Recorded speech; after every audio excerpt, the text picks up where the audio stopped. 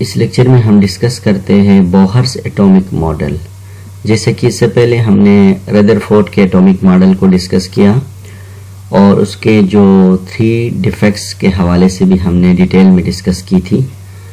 और आल्दो की जो रदरफोर्ड का जो एटॉमिक मॉडल है, it was a very good model, ये बहुत ही अच्छा मॉडल था, लेकिन उसके मॉडल के अंदर चंद इसके ड्रॉबैक्स थे। तो उन ड्रॉबैक्स को मज़ीद जो है ना इम्प्रूवमेंट करने के लिए, रिमूव करने के लिए, तो इन 1913 में एक इंग्लिश साइंटिस्ट नील बोहर था जिसने एक नया मॉडल को प्रपोज किया और उसने रदरफोर्ड के मॉडल को, इंटरनल स्ट्रक्चर को अच्छी तरह स्टडी करने के बाद उसने एक नया मॉडल को उसने प्रेजेंट किया।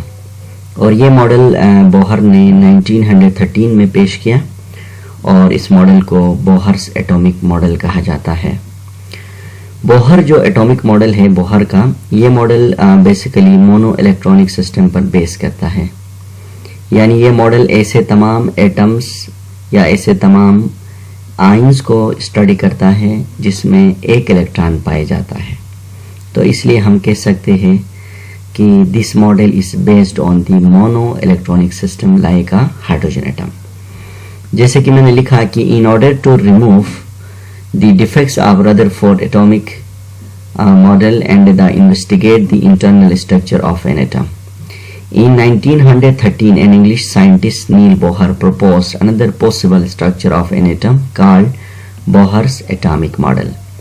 और ये मॉडल बेस करता है mono electronic system like hydrogen atom या कोई भी आयन लाइक हीलियम +1 आयन या लिथियम +2 आयन को भी ये एक्सप्लेन, क्योंकि इस जो मॉडल है ये बेस करता है मोनो इलेक्ट्रॉनिक सिस्टम। तो मोनो इलेक्ट्रॉनिक सिस्टम का मतलब ऐसा एटम और आयन जिसके पास सिर्फ और सिर्फ एक इलेक्ट्रॉन हो। ये था इस मॉडल के इंट्रोडक्शन। अब हम बात करते हैं कि इस मॉडल के अंदर postulates of the Bohr's atomic model. तो बोहर एटॉमिक मॉडल के पोस्टुलेट्स कितने हैं? हम जानते हैं कि बोहर एटॉमिक मॉडल के टोटल हमारे पास 4 पोस्टुलेट्स हैं, जिनमें से अपने पहले पोस्टुलेट में बोहर कहता है कि जो इलेक्ट्रॉन होता है वो न्यूक्लियस के गिर्द एक डेफिनेट एनर्जी लेवल में क्या करता है, रिवॉल्व करता है। तो उस डेफिनेट एनर्जी लेवल को हम ऑर्बिट या इसको शेल कहा जाता है। लाइक कि मैंने लिखा, एन इलेक्ट्रॉन्स क्या करते हैं, revolve around the nucleus in the definite energy levels called orbit और शेल्स। तो जो इलेक्ट्रॉन होता है वो देखिए आप इस डायग्राम पे गौर करें कि ये हमारे पास न्यूक्लियस है। अब इस न्यूक्लियस के अंदर देखें इलेक्ट्रॉन यहाँ पर रिवॉल्व करेगा, this is the first shell, या इलेक्ट्रॉन किसी दूसरे शेल में भी रिवॉल्व कर सकते। तो इलेक्ट्रॉन क्या करेगा, न्यूक्लियस के गिर्द एक फिक्स एनर्जी लेवल में, एक फिक्स पोजीशन में, एक खास पाथ में मूव करता है, रिवॉल्व करता है। तो उस पाथ का नाम क्या है, ऑर्बिट या इनको शेल कहा जाता है। जैसे कि मैंने आपके सामने लिखा, ये 1 का मतलब क्या है, फर्स्ट शेल, 2 का मतलब है सेकंड, 3 का मतलब है थर्ड शेल और 4 का मतलब क्या है, फोर्थ शेल। इसी तरह से फर्स्ट शेल को हम क्या कहते हैं, के कहते हैं, सेकंड शेल को एल और थर्ड शेल को हम एम और फोर्थ शेल को हम एन कहते हैं। तो इसी तरह से ये जो बोहर का एटॉमिक मॉडल का जो पहला पोस्टुलेट है वो ये कहता है कि हमेशा इलेक्ट्रॉन न्यूक्लियस के गिर्द एक मखसूस पाथ में मूव करता है और उस पाथ का नाम क्या है, शेल या एनर्जी लेवल या इनको ऑर्बिट कहा जाता है।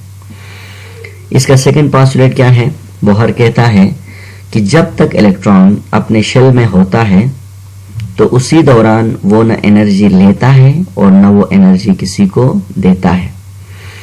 तो हमें यह बात पता चला कि as long as an electron remain in a shell it never gains or loses energy। जब इलेक्ट्रॉन अपने शेल में होता है, किसी भी शेल में होता है, तो उसी दौरान न वो किसी से एनर्जी लेता है और न वो किसी को एनर्जी देता है। तो this is the second postulate. अच्छा, थर्ड पोस्टुलेट में कहता है कि जब एक इलेक्ट्रॉन जो है एक शेल से विद इन एटम के अंदर, जब एक इलेक्ट्रॉन एक शेल से किसी दूसरे शेल में जंप करता है तो उसी जंपिंग के नतीजे में क्या करता है, वो एनर्जी को लॉस करता है या एनर्जी को गेन करता है। ये डिपेंड करता है कि electron jumping lower energy level से हायर की तरफ करता है या हायर एनर्जी लेवल से लेकर लोअर की तरफ करता है।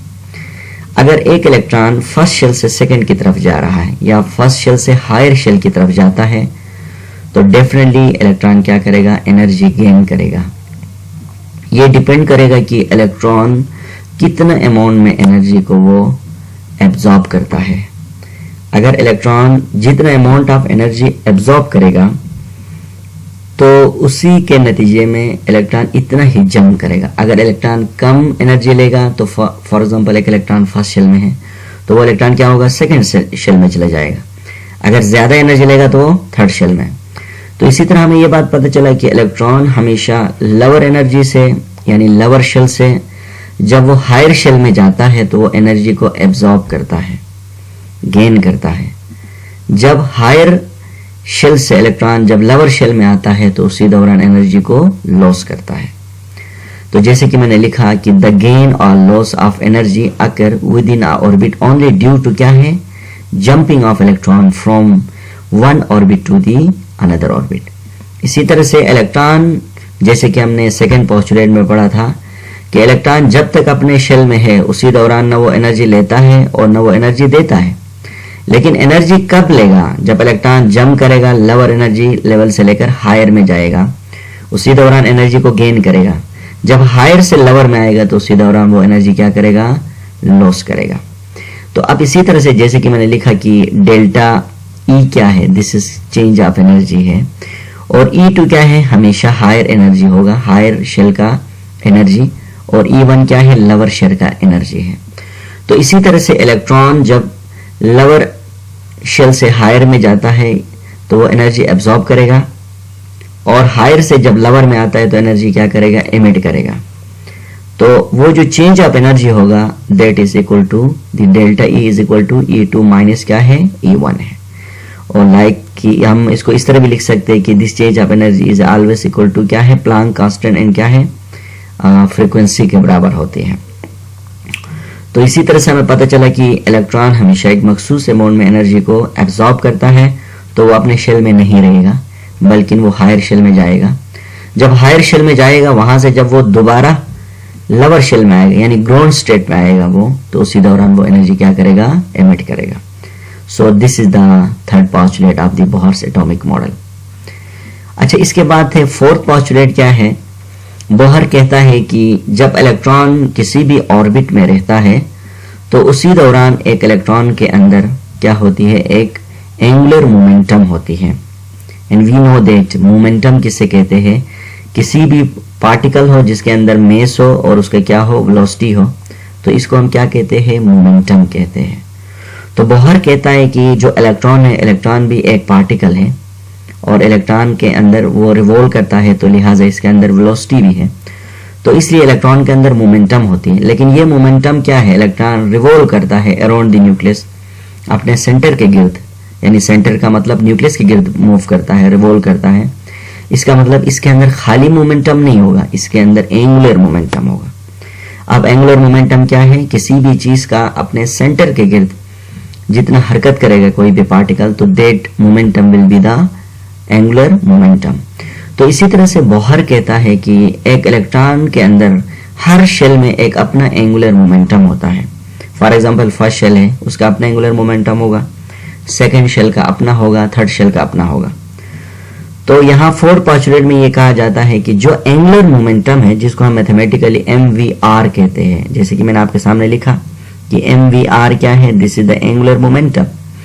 और ये एंगुलर मोमेंटम बराबर होता है, इक्वल होता है integral multiple of the fundamental quantities. इसको बोलते हैं इंटीगर। इंटीगर का मतलब ये कि नंबर ऑफ शेल, वेयर मैंने लिखा N1 first shell, second shell, third shell. तो ये जो इलेक्ट्रॉन का जो एंगुलर मोमेंटम है ये बराबर होगा इंटीग्रल मल्टीपल। इंटीग्रल का मतलब है नंबर ऑफ शेल्स, जिसको हम क्वांटम नंबर भी कह सकते हैं और प्रिंसिपल क्वांटम नंबर भी कहते हैं। मल्टीप्लिकेशन का मतलब मल्टीप्लाई होता है, और इनको कहते हैं फंडामेंटल क्वांटिटीज कहते हैं इनको। These are the fundamental quantities. Fundamental quantities का मतलब this is known as the Planck constant, और ये 2 पाई भी हमारे पास कांस्टेंट है।